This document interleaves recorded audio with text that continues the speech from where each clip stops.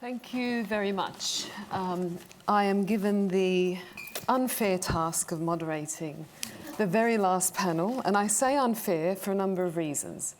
One is, it's the last panel of the second day. You all started at 8 a.m. You're all tired. Some people actually just quit. Seems like they just I've had it. And my competition is the panel that Sarah Breeden moderated yesterday, which apparently you all loved, and you were laughing and clapping, so help me out here, please. We need some energy in the room. But the good news is that actually this panel is going to answer all of your questions. My panelists are going to answer the killer question: which innovation will matter most?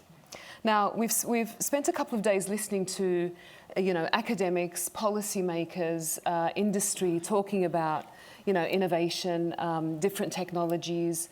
What it means, and we've been inspired, we've been optimistic, we've been scared, quite frankly. So this panel is really, we've got someone at the cutting edge of technology and someone who's actually running sort of a very scaled, entrenched network, two sort of ends of the spectrum. I can let you guess who's who, by the way. Two ends of the spectrum to talk to us about, what does it mean? What do all these technologies mean from their perspectives? So let me introduce the panelists. We've got Neha Narula, and I'm talking about pronouncing names. It's Neha, isn't it? Neha Narula, the director of the MIT Digital Currency Initiatives, where she leads MIT's research digital currencies and crypto. Her work explores the future of money and the design of secure, scalable, and inclusive digital currencies. We like secure, scalable. She's been a trusted advisor to central banks and policymakers and is a member of the Federal Reserve Bank of New York's Innovation Advisory Council. So a wonderful CV, and this is just a snapshot of it. Thank you. Thank you for being here, Neha. Thierry Chilosi, or is it Thierry Chilosi? Thierry Chilosi. Thierry Chilosi is Chief Business and Strategy. After the Agora thing, I had to make sure that the names are right. Chief Business and Strategy Officer at SWIFT, responsible for business development, corporate strategy, and client engagement across SWIFT. Is one of the, as you all know, one of the most critical financial infrastructures, enabling cross-border payments, connects over 11,000 institutions around the world. And so Terry's leadership ensures SWIFT stays ahead of the game, applying sort of innovation from AI interoperability and developing sort of infrastructure for the future. So together we're going to explore which technology is going to matter the most. And this is where I'm going to start. I think, is that the right question to ask? Which technology it matters the most? Or should we think about the combination of technology, what would be most impactful, and where is it taking us? Where is it taking us? So can you pick one, or Neha, what do you think? Shall I start? Okay. First of all, it's a pleasure to be here with you all today. So thank you so much to the BIS Innovation Hub for hosting this incredible event.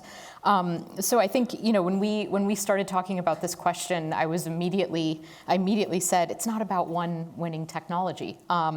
They might all come to pass and be quite profound, or they might not. We don't know. We cannot predict the future as much as we might try. And actually, they might all be combined in very interesting ways. So to me, this isn't really about a binary choice per se. Pick a technology, yes or no. Will it be profound? Will it not be profound? But instead, it's about being prepared for multiple potential outcomes. So being prepared. What is the downside of being prepared? Well, it takes a lot of energy. It takes a lot of investment. There's a lot of technology out there. It's very difficult to become an expert in all of them, obviously. You have to pick and choose. But I think this is the right approach, is to try to think expansively, to try to think about how these technologies might work together, to move away from binary thinking and move towards many possible outcomes and assigning probabilities to those outcomes and being prepared for how those different outcomes might influence what you were trying to do in your goals. Mm-hmm. So that's my way of sort of avoiding the question. Yeah. You've done well. But Terry's going to answer it, aren't you? Yes, I'll take a different spin. So hello, good afternoon, everyone. And I have to thank the BIS as well. So I'll go, this is Fireside Chat, so I'll go quick. I'm going to say quantum. And I'll tell you a bit why. Because for us, we operate a network, 11,000 financial institutions, I love those numbers. It's about 30 trillion a day of exchange that we facilitate. That's about the world's GDP every 2 to 3 days. So when you operate an infrastructure like this, there are disruptive technologies. We can talk about AI. We can talk about tokenization. But there's one that could disrupt these other technologies in the ways of accelerating them or doing things, and that's quantum. So for us, we have a lot of people looking at that. How do we make sure we collaborate? How do we make sure we stay ahead of the game? Because mission number one for what we do is keeping the system running and safe and trusted. And then, of course, that's nothing to diminish the other technologies, but depending where you are on the ecosystem, there are some of the technologies you have to watch out a lot more carefully for. And then there's other ones, obviously, that are going to help you stay ahead of the game and help you evolve and capture. But Quantum. I'm sure it's you'll... interesting you say that, because when I go to different forums, conferences, quantum is not always mentioned, actually. No. And given that your network is 11,000 or so, institutions, are you having that conversation on quantum with them? Of course, and with colleagues from the BIS as well. I mean, there's many. The experts are having the conversation, because that's not an easy topic. I mean, I can't speak about what it is really about. There's a lot of much more clever people in the company that are looking after that. But it's just so that you understand from a strategy perspective, depending on what you serve in the ecosystem, you have a role, and you got to do that role very well. So we do speak about it, but it's not perhaps more in the business. Certainly less than stable coins. So I mean, quantum, potentially more than quantum, potentially things that we don't even know exist. And with that rapid technological change, we talk a lot about how things are moving so quickly. And we've heard actually just now the private sector is moving really quickly. How should central banks respond to that? What should they do, Neha? So I think it's really a mindset. So central banks are probably not going to be bleeding edge innovators on the technology frontier, nor should they be. So I really think it's about a mindset where you're preparing to handle the risks and the benefits.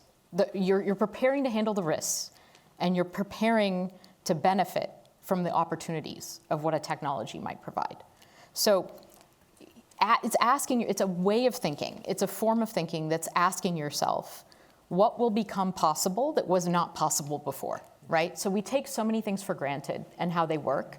And I think the key with technological change is, okay, how are my assumptions going to change? Let's look at all of those assumptions that I'm making that you might not even articulate to yourself every day, and question, can this technology change that assumption? Can this technology change that assumption? So it's about thinking expansively and creatively and gaming out these possibilities.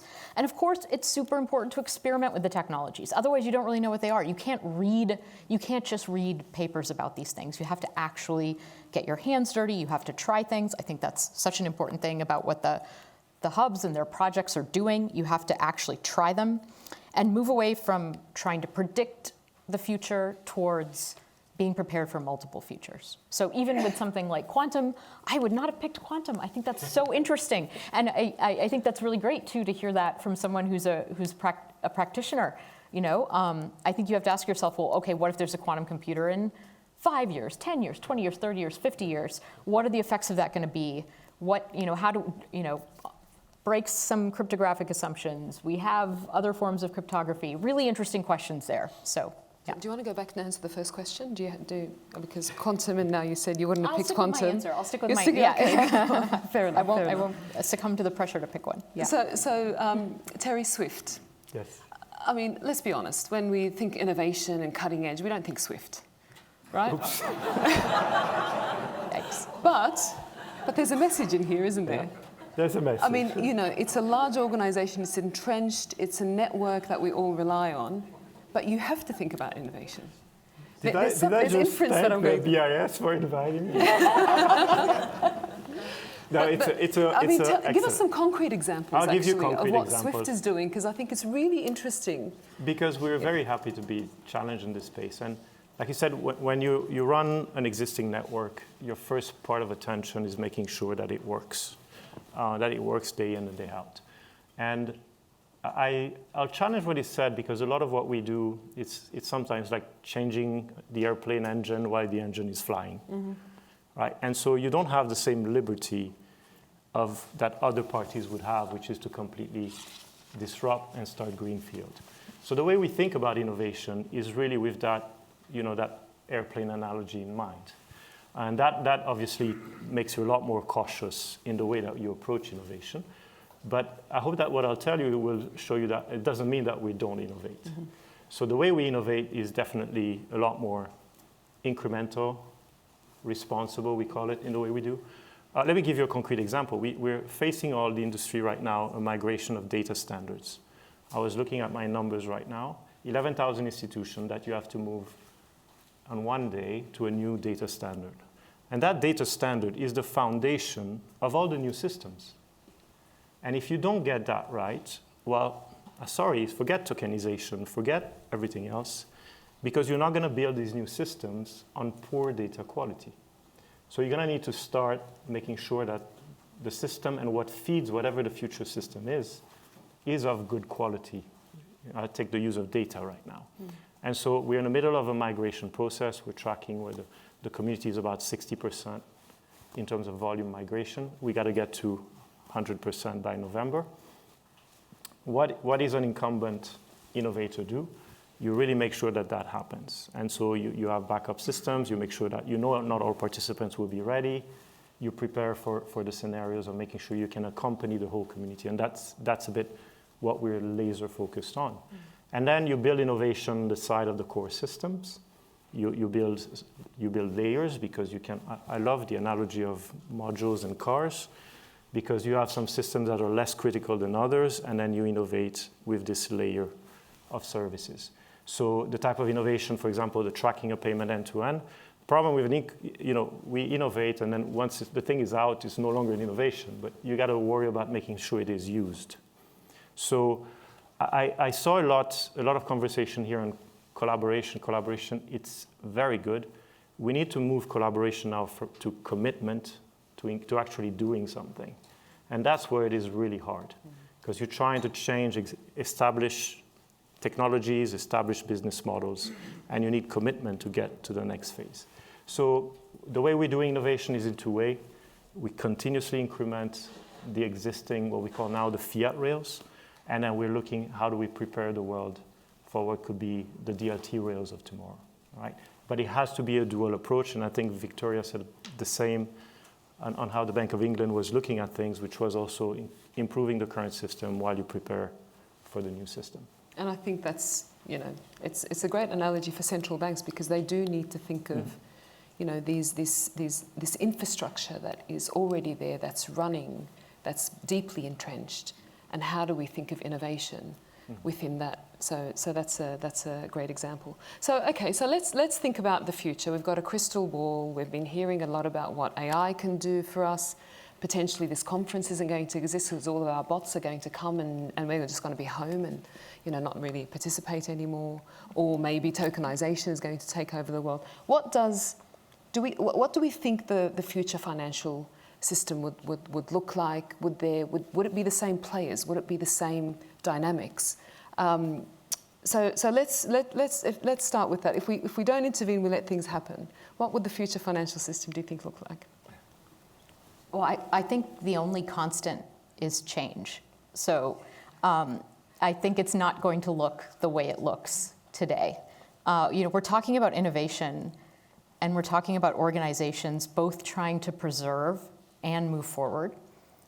I think there's an inherent tension and conflict there that needs to be acknowledged, and that it's very hard to do both of those things at the same time. It's hard to do both of those things within one organization. I think one is going to win out over the other. It's just really, really hard to do both of those things at the same time.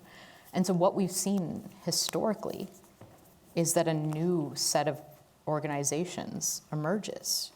Maybe those new organizations start to rhyme with the old organizations. So it doesn't mean that they and old organizations can absolutely evolve and can move forward. I'm teaching a class this semester at MIT called Cryptocurrency Design and Engineering.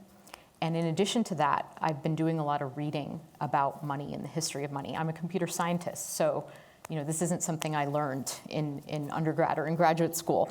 And I was in the talking to economists and talking to central bankers today, it feels like central banking has been around forever, and it hasn't. It has not been around that long in the grand scheme of things. Humans have been transacting and moving money for millennia, and central banking is only a few hundred years old. And yet we take it as just for granted. The United States was on the gold standard 54 years ago. Things change.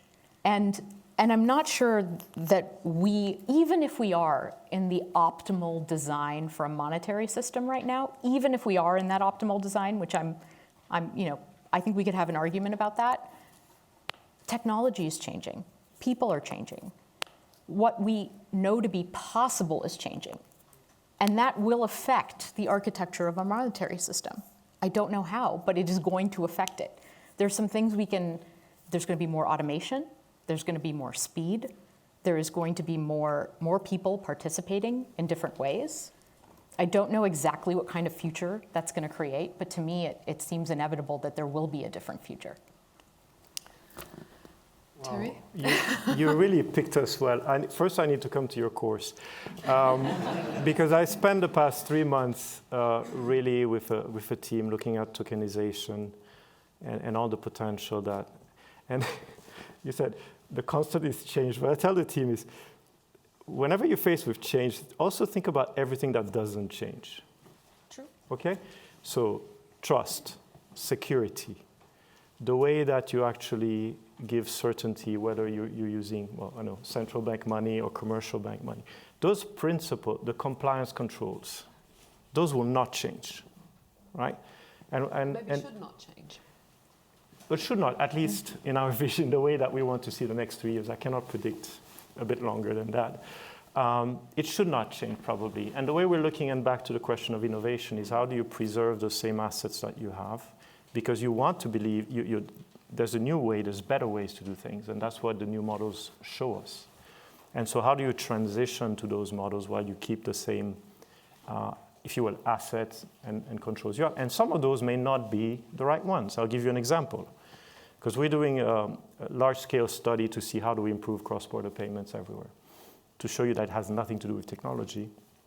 And in some destinations, so we rank the countries in terms of difficulty on what we call the last mile. Because when you look at that chain that Morten showed with the banks, 80% of the friction is on the last mile, right? So if you want to solve cross-border payments, you got to fix this. First mile and last mile, I'll come back to it. And then so we went to 40 markets, and we interviewed the biggest clearing banks that are in these markets. We interviewed the market infrastructures. We interviewed the policymakers, and we came up with a list of friction points. And you have some markets where cross-border payments arrive, and the banks pick up a phone and call the customer and said, you receive a payment. Do you want to receive it? Now, tokenization is not going to solve for that. And there's a reason why these rules are there, a very sound reason. Or another example, the money arrives, it's in a different currency. The regulation requires you to call up the customer to see, when can I execute the FX? So you have to execute the FX, it's 2 days later, and you get the payment. So when I explain this to you, some of you have said, well, these are very strange, right? But these are not technology-oriented. These can be solved exactly with the same system.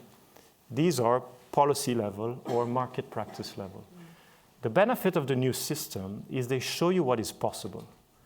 And they put a mirror in front of you and they say, why are you actually doing this when you could do it differently, right? And this is where we all have to learn from the disruptors, but also whatever new is coming in needs to make sure that it accounts for the processes that are in existence so that they can be sustainable. So those are some of the, of the information I wanted to share a bit to give the perspective on that it is not just only about the technology layer, and I think it was said, it was the process layer. So our view on how best we go forward is really to try to combine the best of both worlds. You have the experts that are working on all these working groups. They have this competency, the screening. And where I see the challenge that we need to do differently, there are so many layers to be tackled. And if we try to tackle all of them in one go, it's going to be very difficult. Well, so, I mean, a lot of your answers are around how we respond and the action that we're taking. Is there a future that is uncomfortable if we don't take action? This is a question that central banks ask themselves, you know. What action do we take? Where do we take it? Do we take it? And I think it's already been agreed that not taking action, not doing something is a risk in and of itself. But is there a world that scares us, that makes us uncomfortable, that we need to be thinking about? Yeah, I have many that keep me. The one word I would say is fragmentation. Mm-hmm. That's the one that comes to my mind. Because everybody's well-intended, everybody's doing project in the same direction. However, when it comes to collaborate, they collaborate, but when it comes to commit, we don't commit. Right? We have to move to the action stage. It's not just about sitting, designing, having great ideas and say we support. At a certain moment, we need to take the position to do that. And so that's one thing that is there. If you add geopolitics to that equation, it becomes even more complex. But there is a positive, right? There is a positive. And I think all the innovation that is happening, the fact that this is top of the agenda in many institutions, I'm pretty positive that we're going to be moving forward. It's just that we got to do it in a way that is a bit more rational. If you're looking at it from an ecosystem perspective, it's very rational when you're looking at it within your initiative. What about you, Neha? What world makes you uncomfortable that we might get to if we don't take action? I do think that we are at the precipice of a big change with AI. I do think we are at the beginnings of that. This is part of a longer arc of technology change that happened with the internet, with large-scale computing, with data analysis. This is many things feeding into each other that is sort of materializing now in a way that we can kind of see, oh, this is getting better, you know, a lot faster than it was before. And I think as humans, we're not necessarily very good at predicting exactly what kinds of changes will result from these large technology changes. So I find it helpful to look at the past. So we did not necessarily predict that social media would sway entire political elections. We didn't necessarily predict that nation states would be using social media and disinformation campaigns as a form of cyber warfare. We didn't predict that people would be addicted to endless scrolling on their phones, the endless river of information on TikTok and Instagram and Facebook and Blue Sky and X, and exactly. And the way that advertising and user behavior modification would kind of evolve and work. And I don't necessarily bring these things up because I think that central banks need to work on those problems exactly, but I think they're examples of how technology has already changed and surprised us, and it will continue to do so in very hard to predict and hard to understand ways. So that's what I worry about is, that's going to happen faster and faster, and how do we even begin to get our heads around it and to create the appropriate public sector levels of accountability to manage it. So do you think that there's some sort of technology that we're not aware of that's emerging that we should be aware of? Because I mean, you're right. We're not very good at predicting the future. We always look at it from the lens of our current world. Do you think there's something that we should be aware of? I wish I could predict the future. We all do. No, but the point Neha made on, I like the way you framed the technology. It's not like none of them are certain, right? They have a continuum, and they might accelerate very quickly. And our job, at least our professional jobs, if you were to ask me on my private life, I'd say AI.